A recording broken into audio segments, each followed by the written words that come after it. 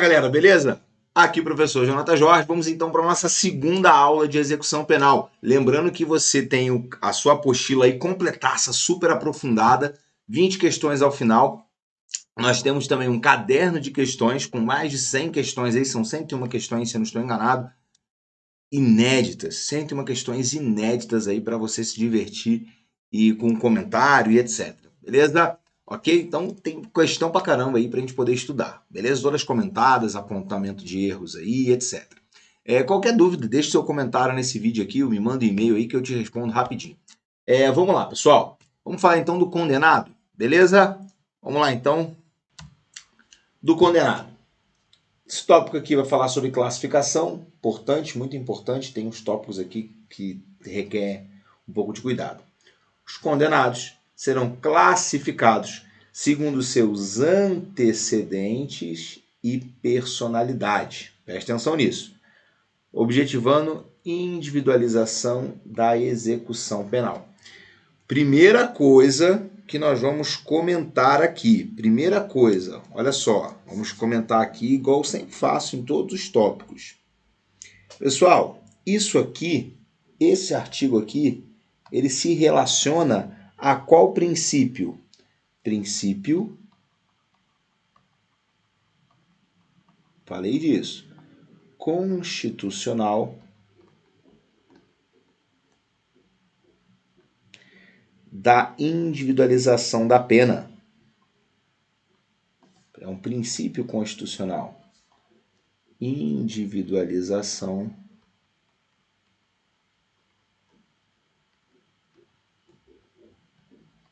da pena. Ok? Então, é um princípio constitucional. Importante que você sempre faça essa correlação. Eu sempre falo isso com os meus alunos, pessoal. Tem que estudar a lei como um todo. Não pode você... Jorge, eu não sei, eu não sei relacionar.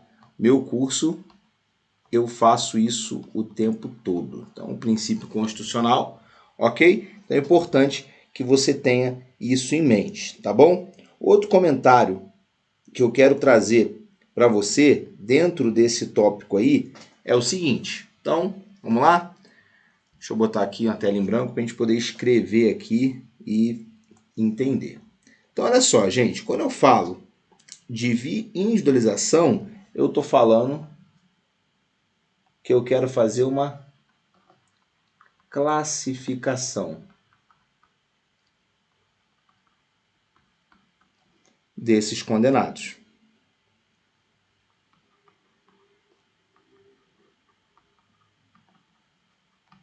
Beleza?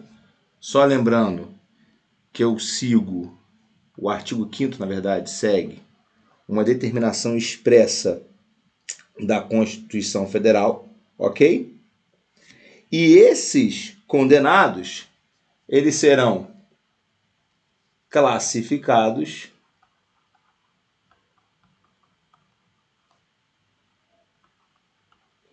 classificação dos condenados. Os condenados, eles são classificados de duas formas.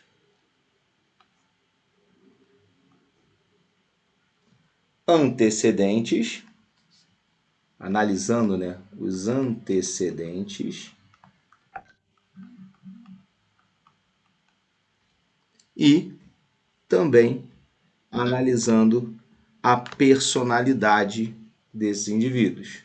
Antecedentes e... cadê? Personalidade.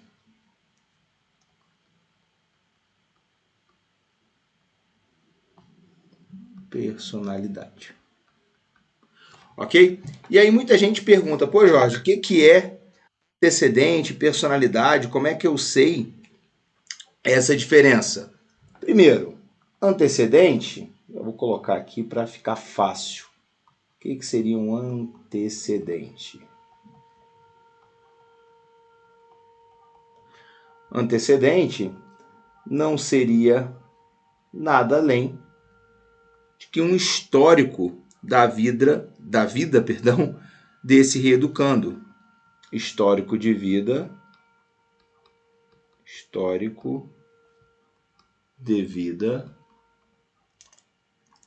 vida criminal, tá? Histórico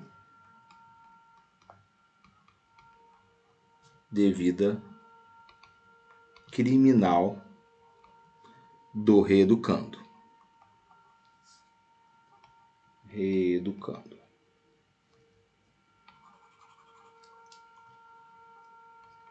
Então,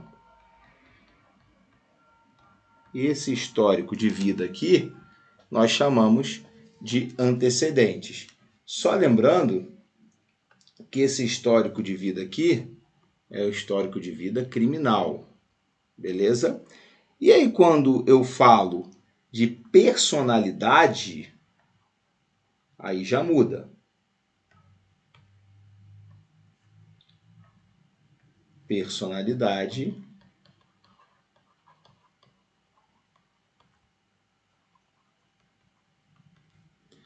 já vai mudar um pouco de figura, então.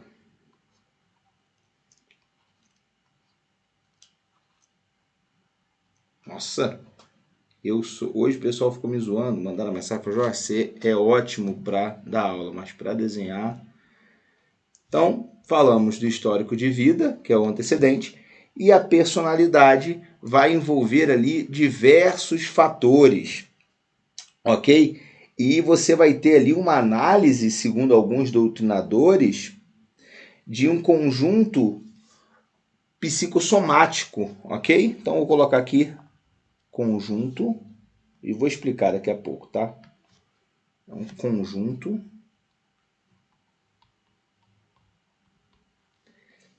psicossomático. Palavra difícil, né? Mas eu já vou explicar. Então, é a análise de um conjunto psicossomático desse indivíduo.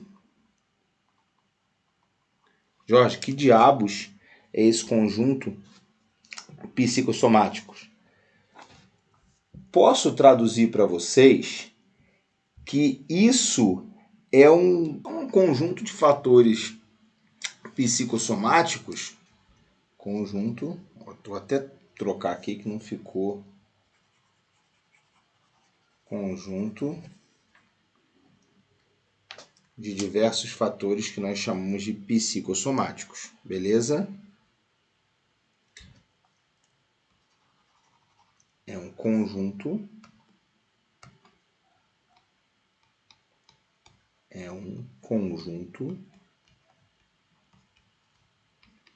psico... Ixi, o que eu escrevi aqui que nem eu entendi.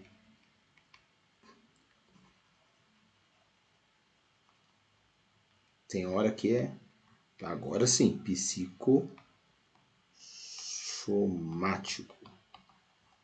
Então, é um conjunto psicossomático, beleza? Ok? Então, você vai ter vários fatores aqui que vão influenciar a formação desse indivíduo no que tange à personalidade. Fatores físicos, de caráter, hereditários. Então, são vários fatores, um conjunto psicossomático de fatores que vão gerar a personalidade desse indivíduo. Beleza? Deixa eu colocar aqui que faltou eu escrever isso. É um conjunto psicossomático. Cadê? Tem hora que eu perco aqui a setinha aqui, eu tenho que ficar procurando. Conjunto psicossomático de fatores. Ok? Então, esse conjunto psicossomáticos de fatores que vão influenciar a formação psicológica desse indivíduo, nós podemos dizer que é o comportamento, ok? Tudo isso aqui, traduzindo, vai gerar o comportamento do condenado. Ok? Ok? Então, a classificação será feita dessa forma, meus queridos. Então, preste atenção que o condenado ele tem que passar por essa análise para que eu possa entender os antecedentes de vida criminal daquele indivíduo e a personalidade desse indivíduo. Ok? Vamos continuar. Composição da CTC. Não cai não, tá? Composição despenca. Vou colocar aqui, ó. Cai muito. Composição cai muito. Vamos lá. Presta atenção nisso aqui. A classificação será feita por comissão técnica de classificação. Então, quem faz a classificação do preso, Jorge? Do condenado. Classificação feita por comissão técnica de classificação. Vulgo, já pega esse jargão aqui que você vai usar muito. CTC. Comissão técnica de classificação. E aí, o que a comissão faz? Pessoal, antigamente a comissão tinha algumas outras atribuições. Hoje, a comissão só tem essa atribuição aqui, tá? Ela só faz o programa individualizador. Ó, vou colocar aqui para vocês. Programa individualizador da pena privativa de liberdade, adequada ao condenado ou preso provisório. Ok? Isso é importante.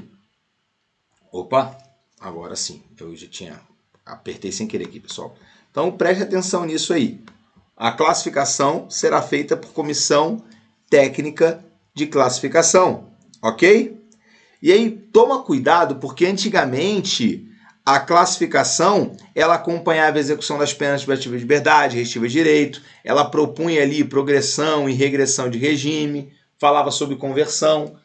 Então, preste atenção que essa é a única atividade da CTC. Ela não mais, ó, vou colocar aqui, observação. Não vai opinar ou propor, né? Progressão, não vai opinar sobre progressão. Ela tem até um exame que é o exame criminológico, nós vamos falar depois, mas não tem nada a ver com isso aqui não. Não vai opinar sobre progressão, regressão. Isso aqui não existe mais, ok? Não existe mais. Beleza? Então, ela só vai aqui opinar, ó, na pena privativa de liberdade. Vamos lá. Continuando aí, então. Próximo tópico. Pessoal, então, vimos ali o artigo 5º, que fala que a CTC é responsável por elaborar o programa individualizador. Beleza? Depois vimos aqui que esse exame de classificação, continuando, né, é feito analisando antecedentes e personalidade desse indivíduo, ok? Então, artigo 5º e 6º, fechou. Vamos ver agora um artigo que cai pra caramba em prova. Dá uma olhada aqui, ó. A comissão técnica de classificação existente em cada estabelecimento será presidida pelo diretor, ok? Então, a comissão, ela será presidida pelo diretor do estabelecimento, beleza? Então, olha só, vou marcar aqui, depois vou fazer um quadrinho para você entender isso aqui. A comissão técnica,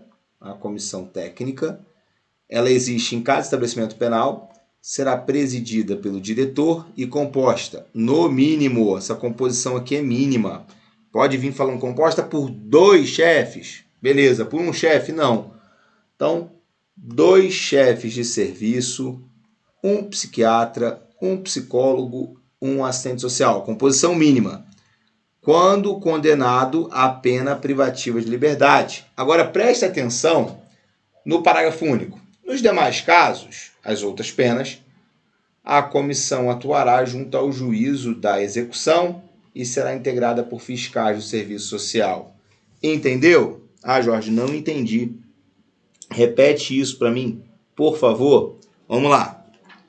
Vou repetir para você, colocar aqui um resuminho. Vamos lá então.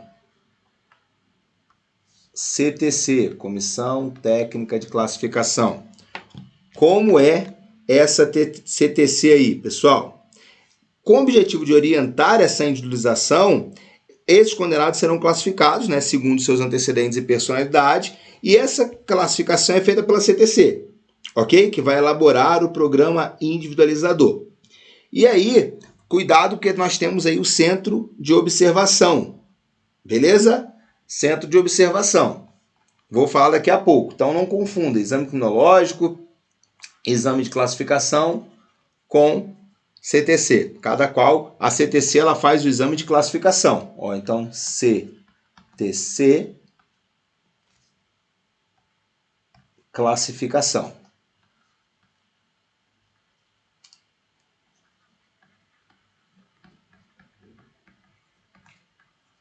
Agora, vamos falar da composição dela?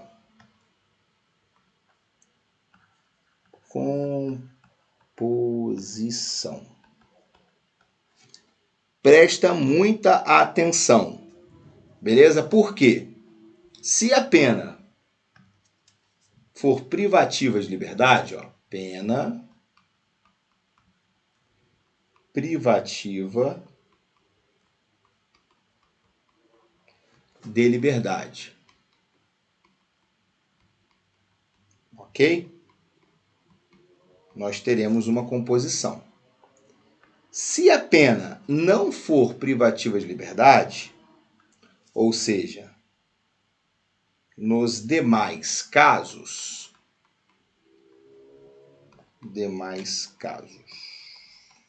as outras formas de pena, nós teremos outra composição. Então, vamos lá. Vou colocar aqui um resuminho para você. Presidida por quem, pessoal? Pelo diretor do estabelecimento. Composição. Melhor colocar composta aqui, fica melhor. Presidida pelo diretor e composta. Vamos lá. Presidida pelo diretor e composta. Lembra sempre disso. Por, no mínimo, e aí vai entrar essa composição aqui que nós estamos falando. 2 chefes de serviço. Não, cara, você tem que saber isso aqui de cor. 2 chefes de serviço. Você tem aqui, além do chefe de serviço, você tem um psiquiatra. Você tem também um psicólogo. Você tem um assistente social.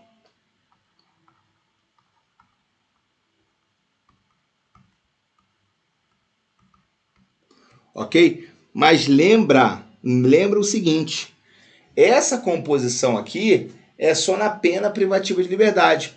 Nos demais casos, ela não vai atuar na unidade. Ela atua a atuação junto ao juízo da execução. Atuação junto ao juízo da execução. Não mais nos estabelecimentos. E composição dela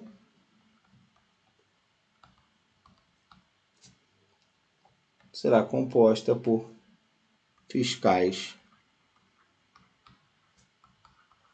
do serviço social. Não esquece isso.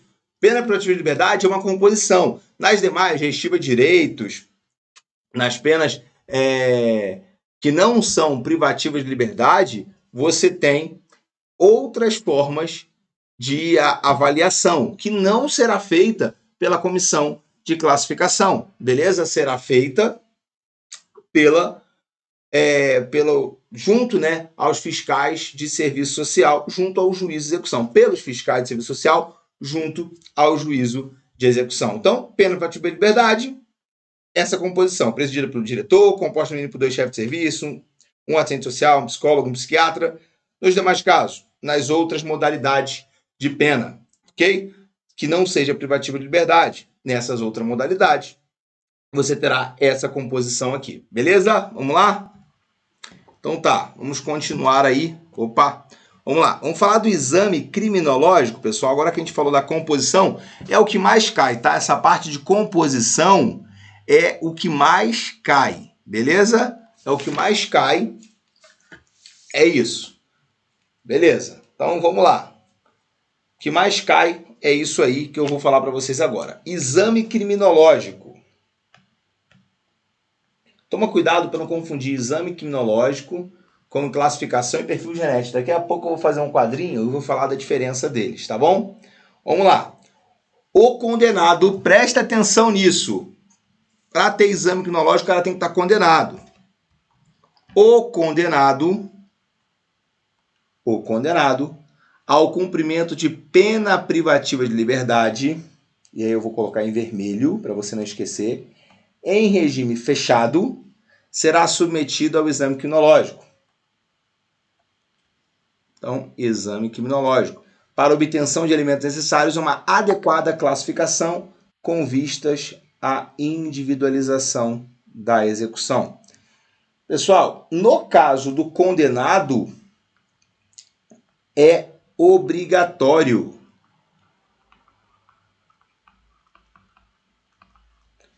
O exame é obrigatório no caso do condenado. Agora, ao exame que trata esse artigo, poderá, preste atenção nisso aqui, ó, poderá ser submetido o condenado ao cumprimento da pena privativa de liberdade em regime semiaberto. Ora, nesse caso aqui, é facultativo, beleza? Você não tem a obrigação de fazer esse exame. É um exame, deixa eu colocar aqui, facultativo. Ok? Ou seja, não é obrigatório. Ela faz se quiser, beleza?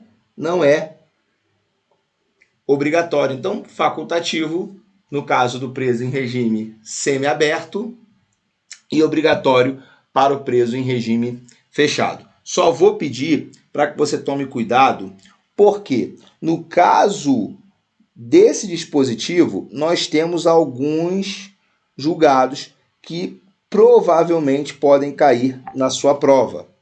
Olha só, preste atenção aqui, vou colocar aqui, e é importante que eu aprofunde nesse dispositivo aqui. Então, preste atenção, vou colocar porque é necessário. Essa parte aqui, eu sempre falo, quando é necessário aprofundar, eu aprofundo. O LEP é importante aprofundar. Então, vamos lá tratar desse dispositivo aqui. Então, vamos colocar uma jurisprudência, ok? Súmula vinculante. Deixa eu colocar aqui. Jurisprudência.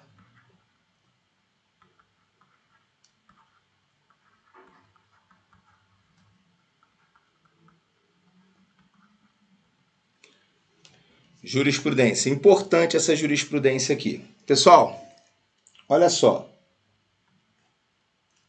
Súmula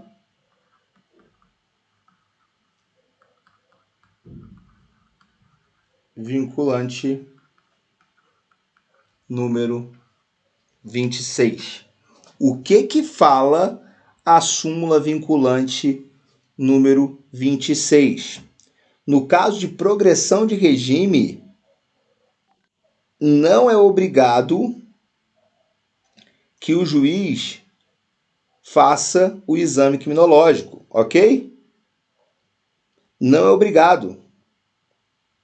Então, no caso de progressão de regime, ele não é obrigado a fazer o exame criminológico.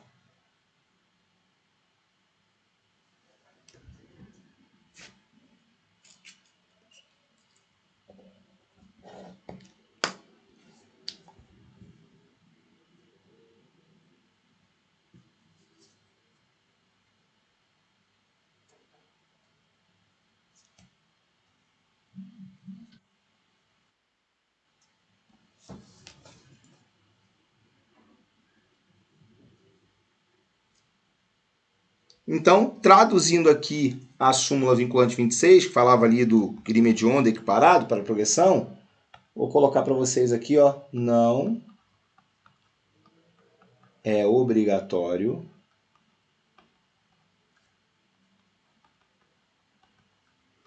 exame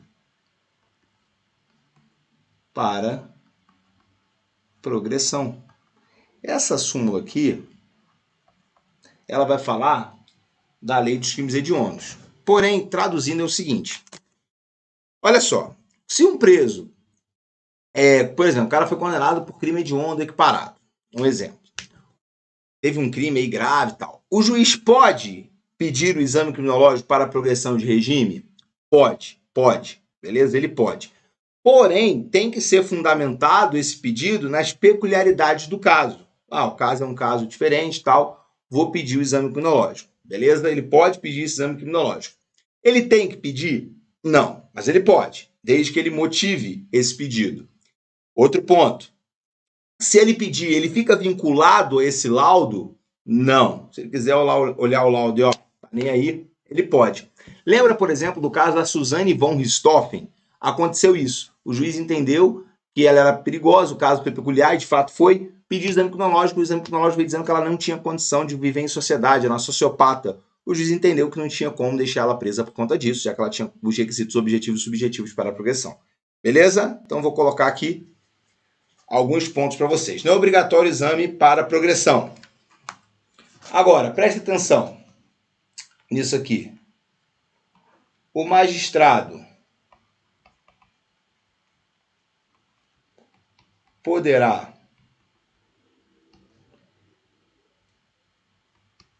determinar o exame? Lembre-se o seguinte, ele pode. Porém,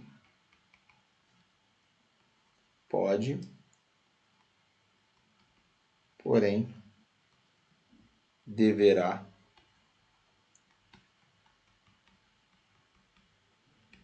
fazer de forma motivada.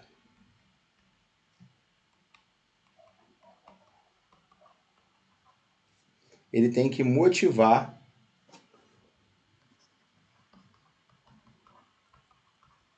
nas peculiaridades do caso.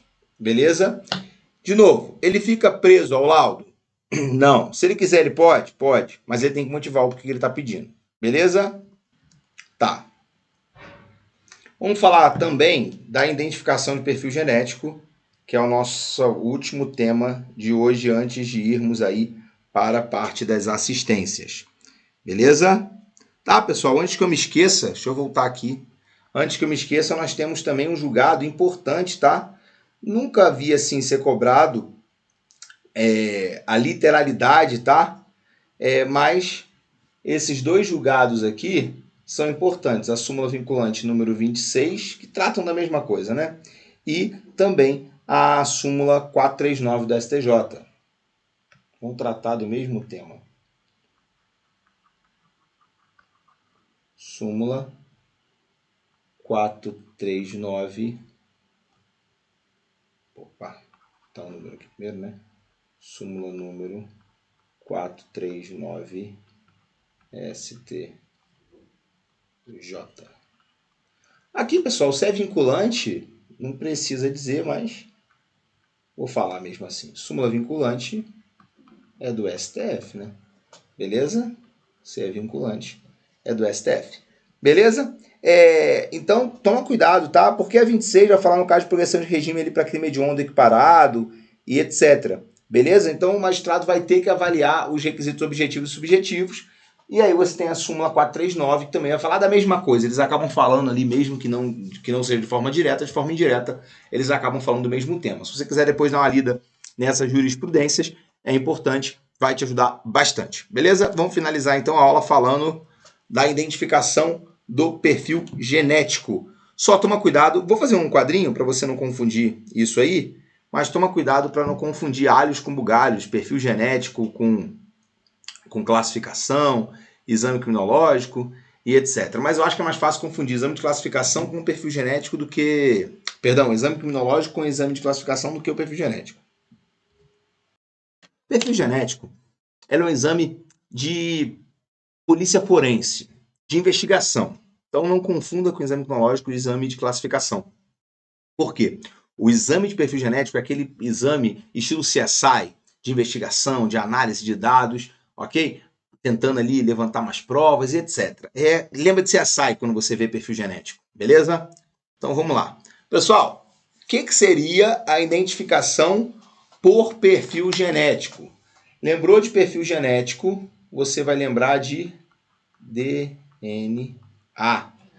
Lembrou disso aqui, como eu falei para você. Você tem que lembrar lá daquela série CSI, beleza?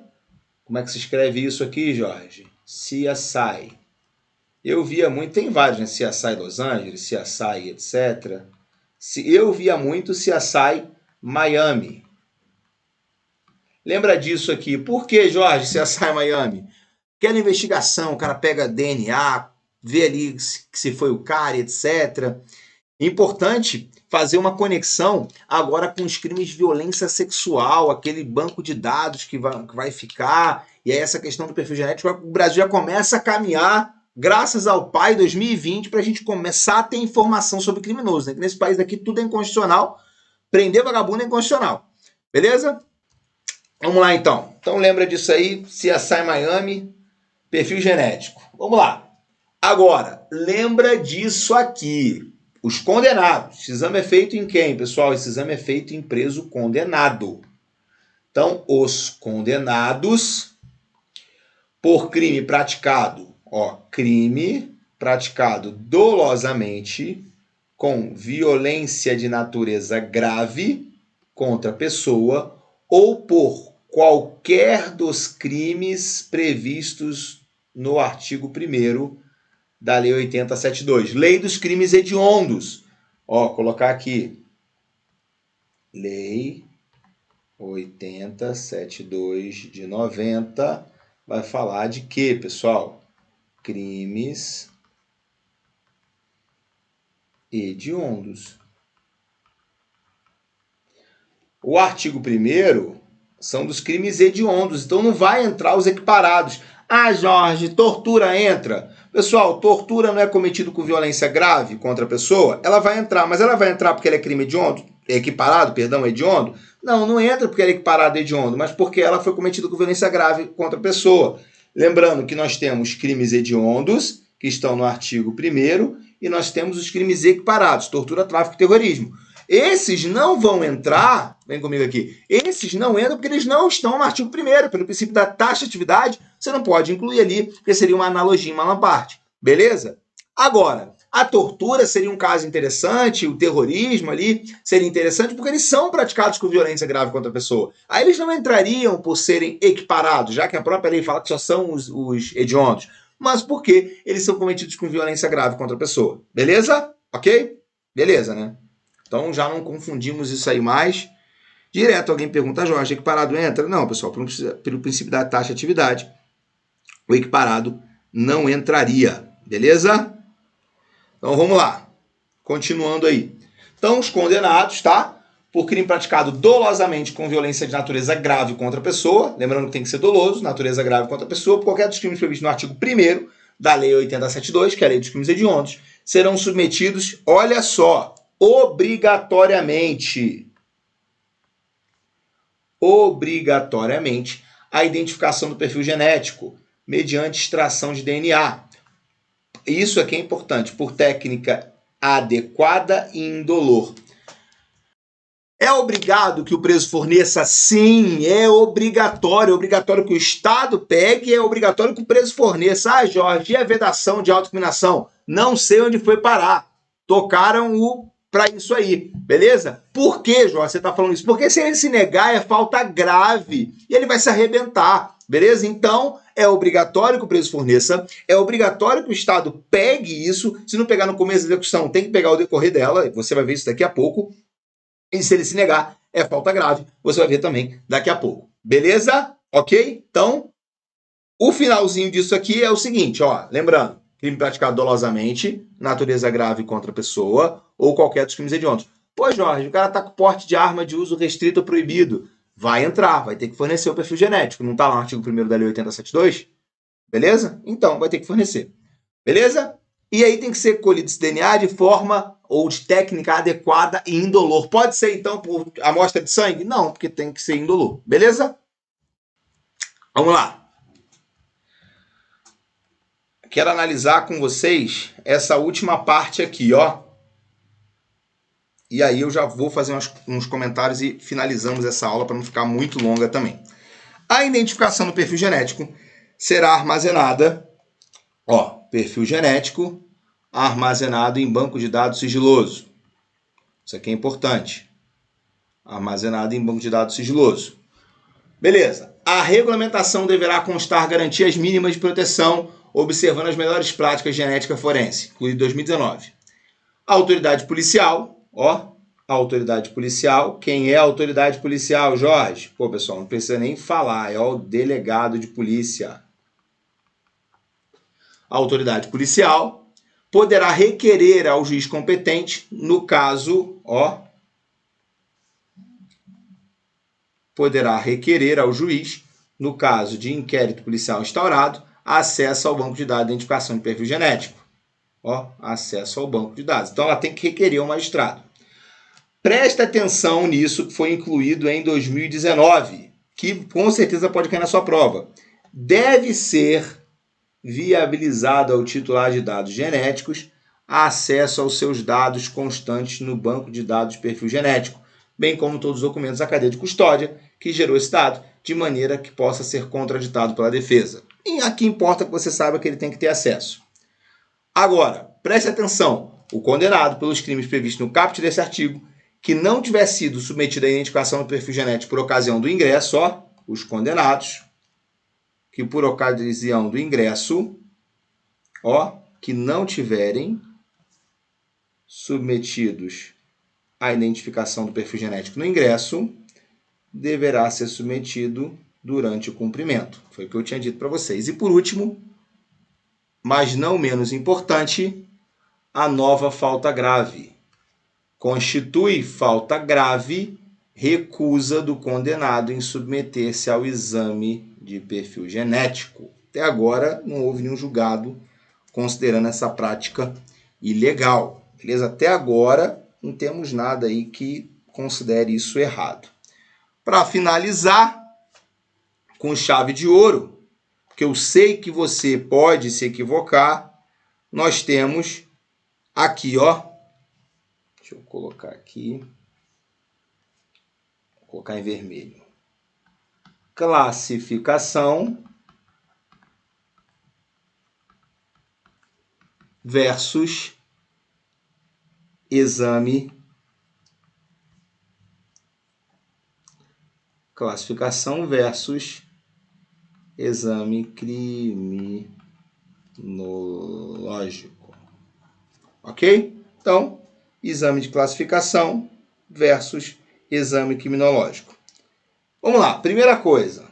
Vou passar aqui um negocinho aqui no meio para a gente poder conseguir falar dos dois. Ou ruim de desenho. Primeira coisa, o exame de classificação ele é amplo. Ok?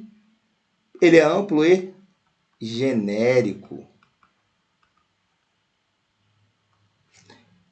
O exame criminológico ele é específico.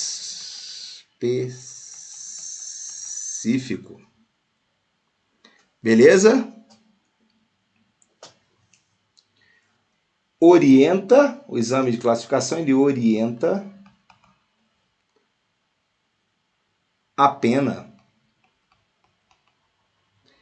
Com qual objetivo, pessoal? Visando a ressocialização.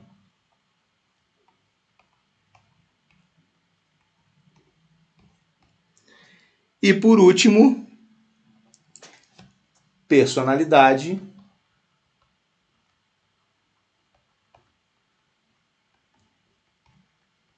e antecedentes.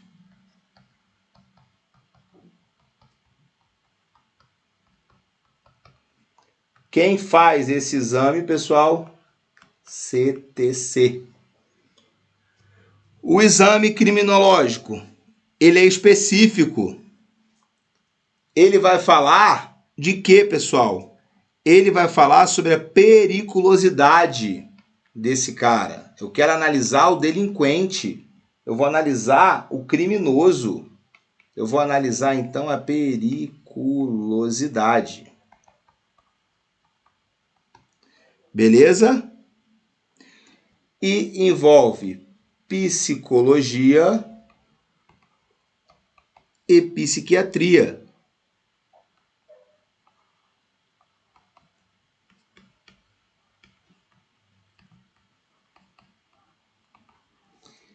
Quem faz o exame, pessoal? Para finalizar, Centro de Observação. Na falta,